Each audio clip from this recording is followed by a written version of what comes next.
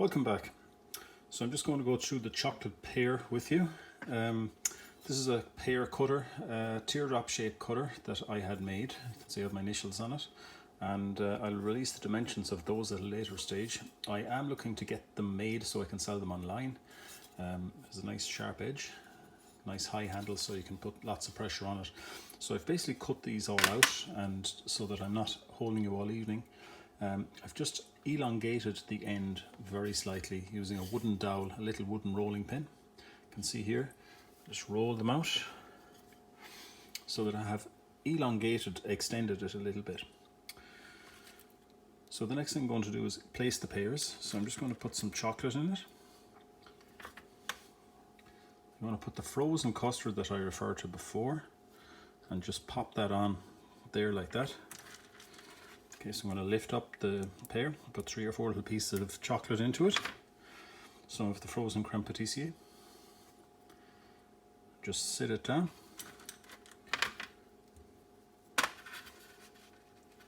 Same again here.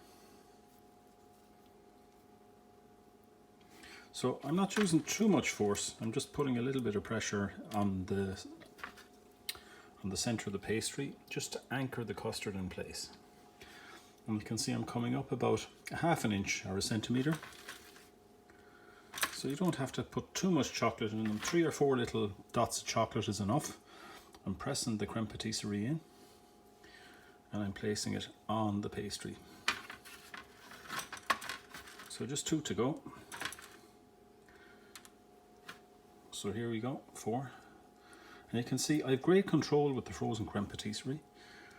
I have plenty of stock in the freezer, don't run out, and it's easy to handle.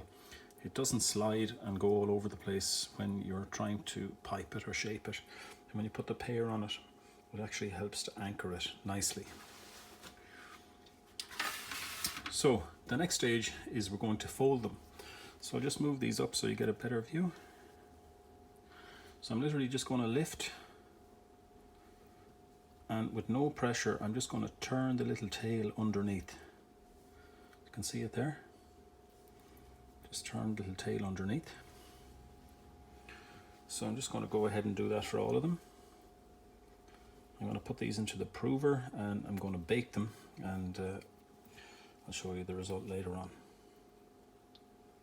So that little roll out is very important because you can see what it does. It allows you to fold the tip underneath. And again, as I said, very light pressure. You don't want to have too much pressure on it. You don't want it to tear. Now, pears are irregular. Sometimes they're not all exactly the same, so you will have a little bit of variance, but that's okay too. So these are the chocolate pear basket. So what happens is the pastry will prove, and when it goes into the oven, when the heat hits it, the custard is going to sink slightly, the pastry is going to rise, and then just at this point here, the pastry is going to rise and you have literally a see-through hole going through like a little basket, and they look very pretty. So when they are baked and cooled, you can dust them with icing sugar, or you can just leave them as they are. You can decorate them with fondant to give them a different appearance. But they're very, very nice. The combination of pear and chocolate with the butter croissant pastry is very nice, and it was a very popular pastry in the bakery. I hope you've enjoyed watching my video. You can join me online on Facebook.